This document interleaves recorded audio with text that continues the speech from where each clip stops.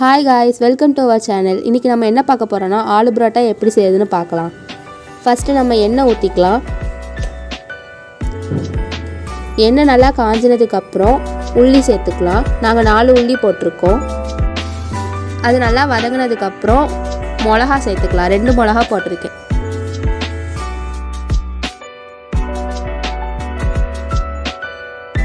அது நல்லா வதங்கினதுக்கப்புறம் நம்ம இஞ்சி பூண்டு பேஸ்ட் சேர்த்துக்கலாம். நான் 1 டீஸ்பூன் போட்டிருக்கேன். இது நல்லா வதங்கினதுக்கப்புறம் நம்ம உப்பு போட்டுக்கலாம். உப்பு தேவையான அளவு போட்டுக்கலாம்.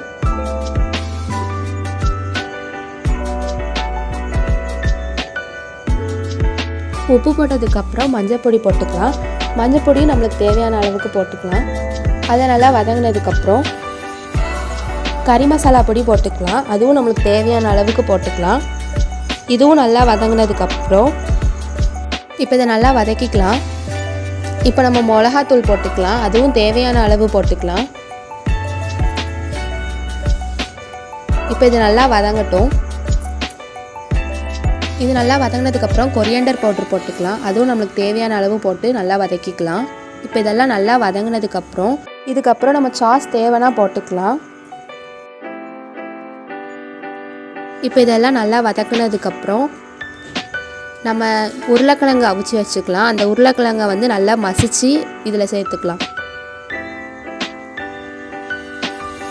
நல்லா சேர்த்ததுக்கப்புறம் இதை எல்லாத்தையும் நல்லா கிண்டிக்கலாம்.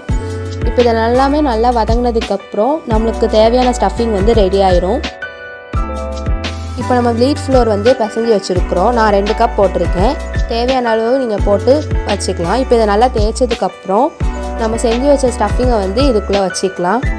இப்போ இதை நல்லா வச்சதுக்கப்புறம் நம்ம இதை மாதிரி ரோல் பண்ணிவிட்டு மிச்சம் இருக்கிற இதை வந்து நம்ம பிச்சு வச்சுட்டு நல்லா உருட்டி தேய்ச்சிக்கலாம். இப்போ இதை நல்லா தேய்ச்சி எடுத்துக்கலாம். இப்போ இதை நல்லா ரவுண்ட் ஷேப்பில் தேய்ச்சி எடுத்ததுக்கப்புறம் இதை நம்ம தோசைக்கல்லில் போட்டு எடுத்துக்கலாம். இது கூட நம்ம சாஸ் தொட்டு சாப்பிட்டுக்கலாம். இல்லை அப்படின்னா நம்ம லைட்டாக கூட வச்சு சாப்பிட்டுக்கலாம்.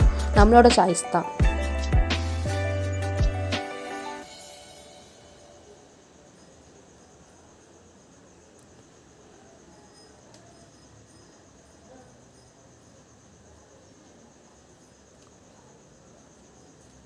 நம்ம நல்லா ஆயில் ஃபுல்லாக தேய்ச்சிக்கலாம். அப்படின்னா நல்லா இன்னும் கொஞ்சம் கிறிஸ்பியாக இருக்கும். அவ்வளோதான், நம்மளோட ஆலு பரோட்டா ரெடி ஆயிடுச்சு. தேங்க்ஸ் ஃபார் வாட்சிங்.